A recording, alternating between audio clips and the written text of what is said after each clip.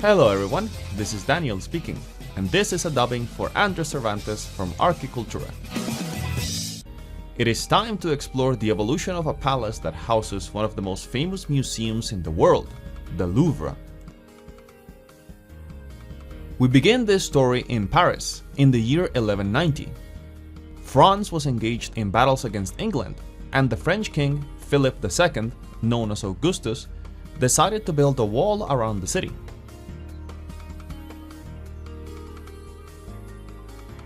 We will focus on the westernmost part of this walled area, where, at the most exposed point, a castle with circular base towers was constructed. There are several hypotheses about the origin of the name of this place, and there is no consensus on the matter. The name chosen for the castle, however, was Louvre. The castle was surrounded by a moat, and among the many towers that composed it, the keep tower was located in the center of the courtyard, being the principal tower of the fortress. In 1356, during the reign of Charles V, a new walled enclosure was built as the city had grown beyond the walls of Philip II.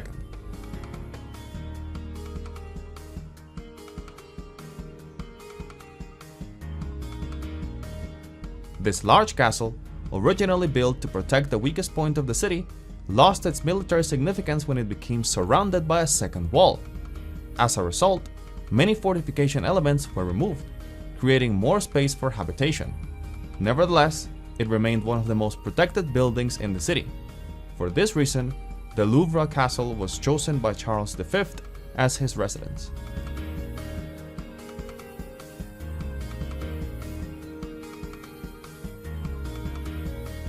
In 1525, King Francis I was defeated at the Battle of Pavia and was taken prisoner.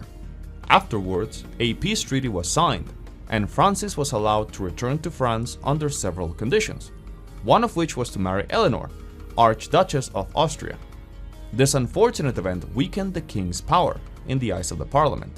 To demonstrate greater authority, he began the remodeling of the Louvre Castle, demolishing the keep and proposing a total transformation of the western section of the building. During this period, the king laid the foundation for the absolute monarchy that would govern France for centuries to come.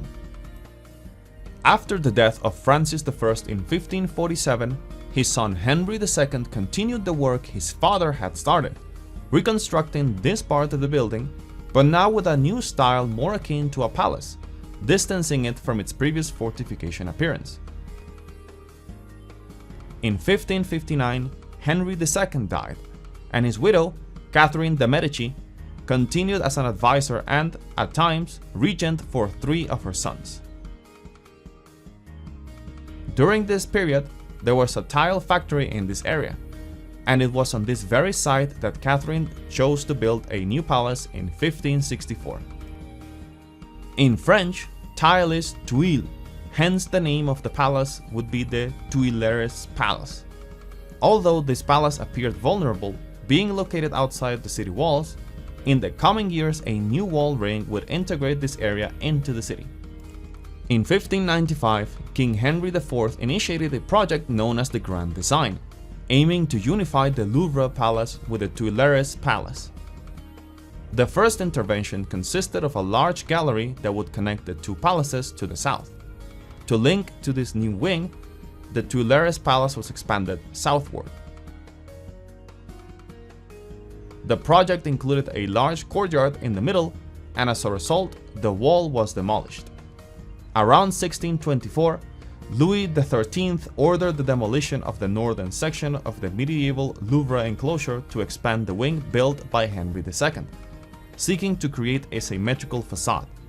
In the middle of both wings stand the clock pavilion, which will be completed by the next monarch.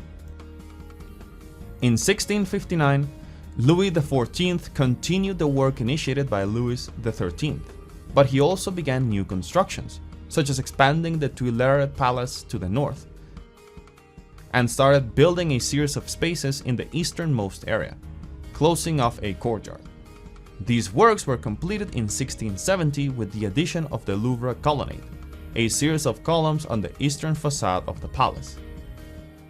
Like his predecessors, Louis XIV lived in the Louvre, but only until 1682, when he moved the court and his permanent residence to Versailles.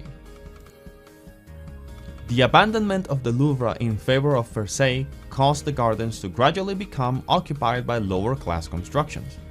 While this happened, the palace began to symbolically detach from royal power, though some government-related activities continued within it. By the late 18th century, Louis XVI was on the throne, and the kingdom was in the midst of an economic and social crisis, creating widespread discontent among the people. In 1788, the king convened the States General in Versailles, an assembly with representatives from the nobility, clergy, and commoners, the latter making up half of the assembly. The people were gaining power, and when the king closed the assembly, they continued to meet, determined to draft a new constitution, while the people in Paris supported the representatives with riots, notably the storming of the Bastille. The king eventually relented, inviting the nobility and clergy to join the assembly, where the Declaration of the Rights of Man and of the Citizens was proclaimed. In 1789, rumors circulated that the king was conspiring, but the people stormed the palace of Versailles, forcing him to move his residence to the Tuileries, where he lived almost as a prisoner. In that same year, Count Angeville proposed establishing a museum in the Louvre, so that everyone could enter and appreciate the works of art. This idea was adopted by the States General, as the artistic inventory in their possession had grown substantially with the confiscation of church property. In 1790, a commission was created to inventory the monuments and works of art stored in former convents. In 1791, the Assembly approved the Constitution, making France a constitutional monarchy. Seeing his power so reduced, the king fled with his wife towards Austria, seeking the support of a foreign army, but they were captured and imprisoned. Before waiting for Austria's retaliation, the Assembly declared war, while Napoleon Bonaparte began to rise as a military figure. In 1792, the Assembly stripped the king of all power and called elections for a new parliament, mostly composed of Jacobin members, led by Maximilien Robespierre, who abolished the monarchy, proclaimed the republic, and eventually had both the king and queen executed.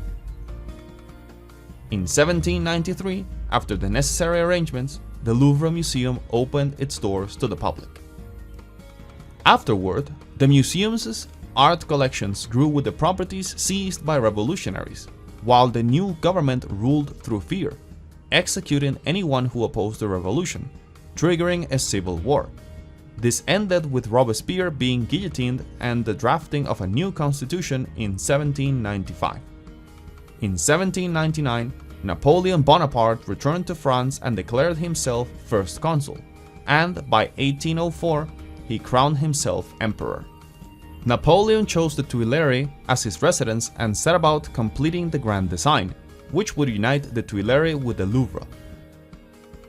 The area between the two palaces was finally cleared, creating space for a series of gardens.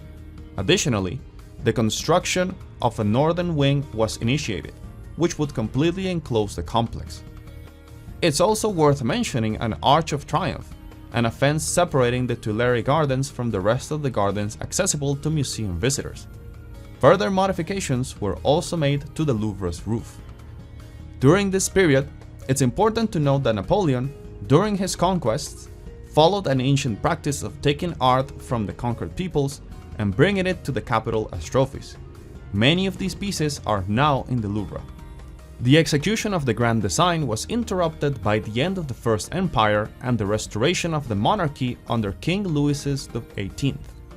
After the fall of the empire, many art pieces were returned to their countries of origin, though others, like the wedding card at Cana, remain in the Louvre.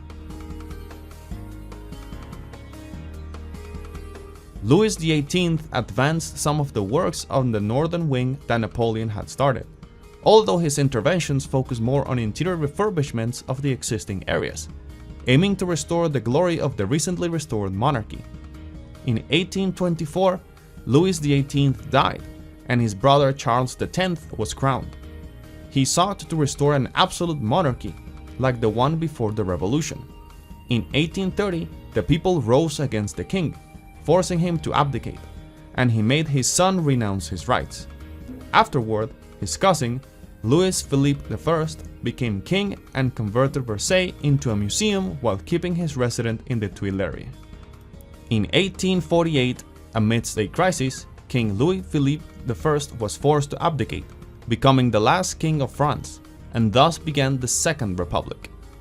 In 1852, Napoleon III was elected president, and at the end of his term, he staged a coup to proclaim himself Emperor of the Second French Empire.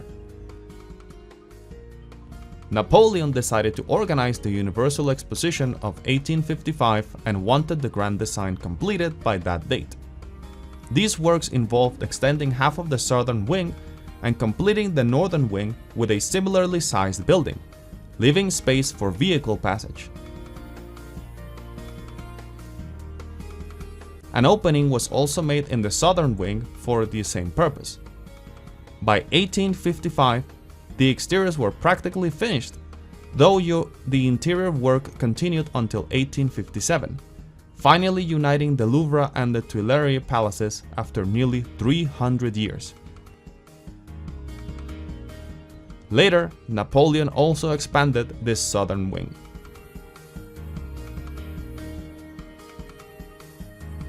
As time passed, the emperor lost support and his powers were reduced, strengthening the parliament. By 1870, during the Franco-Prussian War, he was captured as a prisoner of war, leading to the proclamation of the Third French Republic. The war had complicated Paris's socio-economic situation, leading to an insurrectional movement in 1871, known as the Paris Commune, which had socialist ideologies. The communards invaded the Tuileries, while the government attempted to regain control of Paris from Versailles. In the process, the palace caught fire, and the museum officials struggled to prevent the fire from spreading to the north and south wings of the Louvre. After 2 days of burning, the Tuileries Palace, the residence of most French kings since 1589, was left in total ruins. Lacking the resources to rebuild the palace ruins, it remained that way for 12 years until 1882, when it was decided to demolish it completely. In 1883, the corner pavilions and parts of the north and south wings that had been destroyed by the fire were rebuilt. In 1939, World War II began, and anticipating an attack on Paris, a plan was put in place to protect the Louvre's artworks. The museum closed for 3 days under the pretext of repairs, but in reality, all the artworks were packed and evacuated in trucks, leaving the museum completely empty. When the German army invaded Paris in 1940, the Louvre was deserted, as the artworks had been transported to museums and castles in the most remote parts of the country. After the war, the artworks were returned to the Louvre. In 1963, the Ministry of Culture recreated the moats in front of the colonnade, aiming to emulate the medieval moat that once existed here, although this project had no historical or archaeological basis. During this time, besides the museum, other institutions were housed in the Louvre Palace. For this reason, in 1981, as part of an intervention plan for culturally significant buildings across the country, the Grand Louvre project was conceived to dedicate the entire palace to the museum. This intervention primarily consisted of a series of basements that significantly expanded the museum's capacity. In the process, among other things, the foundations of the medieval fortification were discovered. The most iconic and, at the same time, controversial part of these works was the glass pyramid designed by Chinese-American architect Yeo Ming-pei. Today, this pyramid serves as the main entrance to the museum, surrounded by a series of reflecting pools and 3 smaller pyramids. Recreating an architectural ensemble where, despite the different styles of the elements, They do not compete for prominence, but rather respect the scales, allowing the integration of two buildings from vastly different historical periods.